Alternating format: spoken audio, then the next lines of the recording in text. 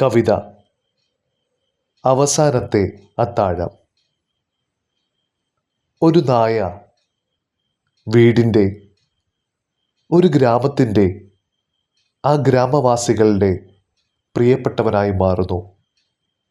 എന്നാൽ പെട്ടെന്നൊരു സുപ്രഭാതത്തിൽ അവൻ്റെ മരണം അവരെ ദുഃഖത്തിലാഴ്ത്തുന്നു.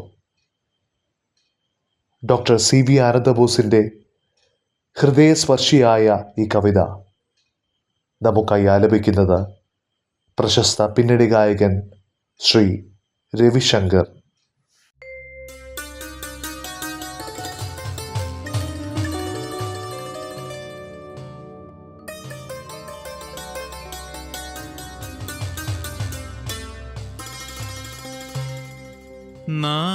നായയല്ലിവൻ നിജം നായകൻ, വിശ്വാസത്തിൻ കവചം തീർത്താടുന്ന കാവലാൾ കൂറുള്ളവൻ.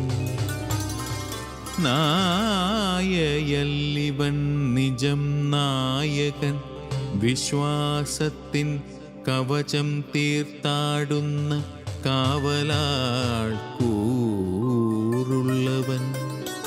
സ്നേഹത്തിൽ ചുണതീർത്തുചിതമായി മനസ്സിനെ കീഴടക്കുന്ന മന്ത്രം വശമായി പിറന്നവൻ.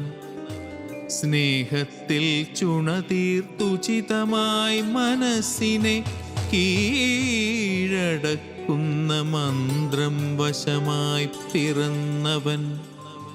കുരച്ചും കടിക്കാതെ കുതിച്ചും വിരട്ടിയും ക്ഷണിക്കാതെത്തിയിടുന്ന കള്ളനെ തുരത്തിയും കളിക്കും ശിശുക്കളെ കാത്തിടും വൃദ്ധന്മാർക്കു ചുണയും കരുത്തും തന്നവരെ തുണച്ചിടും. അന്നു ഞാൻ ശുനകന്നു തിന്നുവാനോലക്കെട്ടിൽ മാംസവും ശുനകക്കൂട്ടായുപദംശങ്ങളും ചുമ്മിച്ചു കൊണ്ടെത്തിച്ചു പാതയോരത്തിൽ കാത്തു നിൽക്കുന്ന സാരമേയ പ്രിയനു നൽകിയിടുവാൻ. ആളുകളോടിപ്പാഞ്ഞു കുതിപ്പൂ കവലയിൽ, ആളുകളോടിപ്പാഞ്ഞു കുതിപ്പൂ കവലയിൽ, തകർത്തു കളഞ്ഞൊരാ ജീവിതം നേരിൽ കാണാൻ.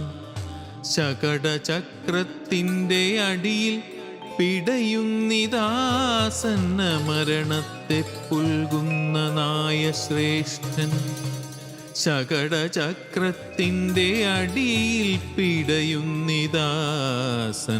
മരണത്തെ പുൽകുന്ന നായശ്രേഷ്ഠൻ.